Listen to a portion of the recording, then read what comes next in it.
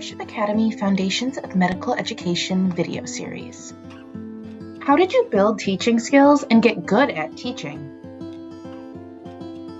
What I'll say to start with is that, I'm in family medicine and really think any clinical specialty, just remember that you already do have some skills in teaching, because part of our jobs every day is to teach patients, right? Teach them about their illnesses. And so remembering that is helpful.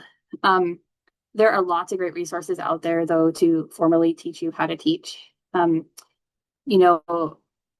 I mentioned, there are national conferences you can go to.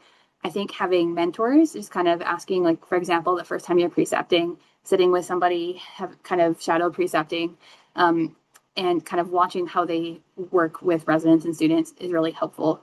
I think the other piece to keep in mind is that just like clinical medicine, teaching and learning how to be a good teacher is definitely a journey. In fact, the ACGME has milestones for educators for just that reason. But I mean, you can certainly start with your style. You can have some trial and error. Feedback is really important to learners, and so feedback goes both ways. So when I'm working with new faculty, we talk a lot about how to give feedback, but also how to receive feedback. And actually, one thing that we've in my former position, what I've done is had all new faculty and all new residents work through a book called Thanks for the Feedback to kind of learn about that process. And for me, that was really helpful. So when I first graduated residency, I had actually thought I would be doing outpatient medicine with OB.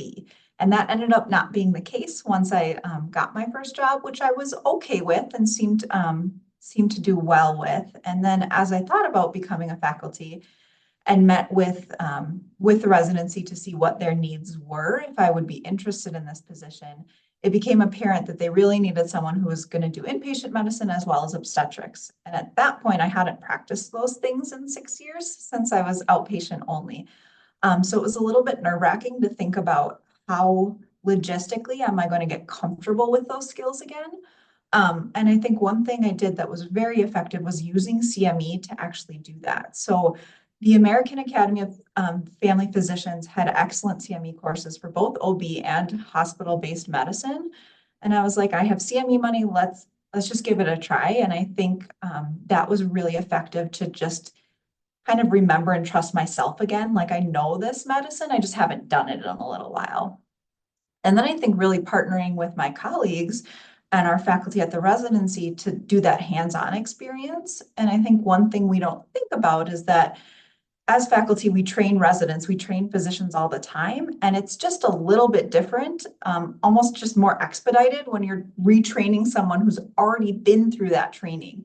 So kind of leaning into that and we came up with a proctoring plan. We're going to do, X amount of inpatient encounters and this many deliveries with a faculty.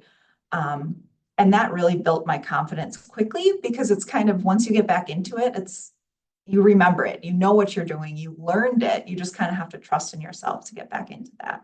So I would highly recommend doing, CME as a starting place, because that gave me a great foundation, and then building on that with, clinical encounters with your colleagues. So fortunately, the faculty at our program are very passionate about teaching, whether that's residents or an incoming new faculty member.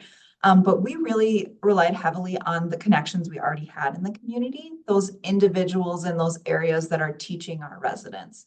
So for the inpatient medicine, it was looking at the hospitalist colleagues we have at our local hospitals and saying, hey, we have a board certified physician who's been in practice but needs to get used to the hospital setting again. Can she work with you in that capacity? And partnering up with the obstetricians in the community to get back to, doing deliveries and those things. So it was really kind of just leaning on those partnerships that already existed.